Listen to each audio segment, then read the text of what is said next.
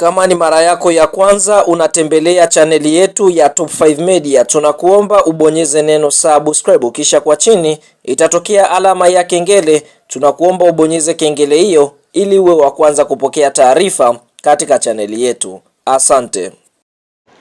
Mchezo mkubwa wa ligi kusoka Tanzania bara almaarufu kama NBC Premium League ambao tumetoka kutazama siku ya leo kutokea katika uwanja wa Meja Jenerali Samuyo uliopo jijini Dar es Salaam. Ni mchezo wa mzunguko wa 20 ambapo mchezo huu umeweza kuzikutanisha timu za watani wa jadi. Hapa tukienda kuongelea klabu ya soka ya Simba Sports Club wakiwa wenyeji majira ya saa 12 jioni wakialika klabu ya soka Yanga, ambapo mchezo huu umepewa jina maarufu Kariakoo Derby. Fahamu mchezo huu ulikuwa ni wa kuvutia sana, hususan kwa kipindi cha kwanza ambapo tunashuhudia Simba waliweza kutengeneza nafasi katika dakika za mwanzo. Wakati mchezo unaanza, dakika 3 tu kupitia kwa Clatous Chama Tipo C aliweza kumtengeneza nafasi Libase Gueye na kuweza kuiandikia klabu ya soka ya Simba bao la kwanza. Lakini dakika ya 10 Clatous Chama akipokea pasi safi iliyopigwa na Elim Panzu Kibisawala akaweza kuiandikia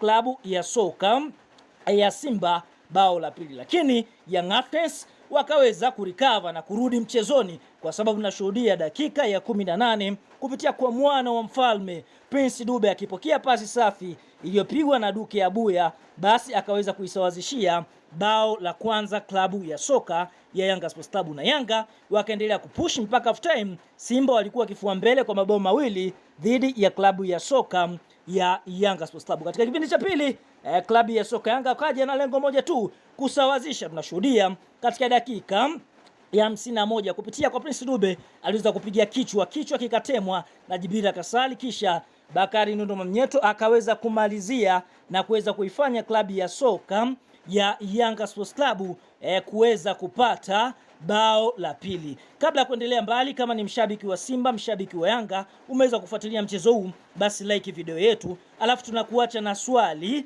Nenda kwenye comment hapo kajibu, je, ni nani anayestahili kuwa man of the match siku ya leo katika mchezo huu wa Kariakoo Derby? Fahamu mara baada ya mtanange huu kumalizika, unashuhudia kutokana na michezo 20 iliyochezwa, Young Africans ndio vinara wakiwa wamecheza michezo 20, wameshinda michezo 14, sare michezo 6, pasipo kupoteza mchezo wote. Young Africans wamefunga mabao 46 na kuruhusu mabao 5 wakiwa na pointi 48 kileleni mwa msimamo wa ligi kuu ya NBC. Simba wapo pale pale katika nafasi ya pili wakiwa wamecheza michezo 20, wameshinda 12, sare michezo 7 na kupoteza mchezo mmoja. Simba wamefunga mabao 34 na wao kuruhusu mabao 9 wakiwa na alama 43. Kwa hiyo bado Simba amezidiwa alama 5 na klabu ya soka ya Yanga Sports Club. Lakini msimu huu tunashuhudia dabi zote mbili zimeweza kumalizika kwa sare. Ya kwanza ya mzunguko wa kwanza ilimalizika kwa sare ya 0-0, na hii nyingine ya mzunguko wa pili imeweza kumalizika kwa sare ya mabao mawili kati ya klabu ya soka ya Simba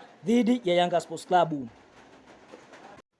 Sasa mara baada ya mchezo wa Simba Sports Club na klabu ya soka Yanga kuweza kumalizika kwa sare ya mabao 2-2 kupitia aliyekuwa meneja habari na mawasiliano wa klabu ya soka ya Simba na Yanga Sports Club, ndugu Haji Sunday Manara, katika mitandao ya kijamii ameweza kufunguka maneno yafuatayo. Anasemaje? Ndio football, but sisi tupunguze midomo, tunachonga mno kupitiliza, wakati kocha wetu ni muumba Mungu tu. Tulionyesha kujiamini kupitilia nje ya uwanja na kufanya mbwembwe nyingi za kiupuzi, show za kindezi kibao kabla ya mechi, tukasahau uzito wa kukutana na makolo.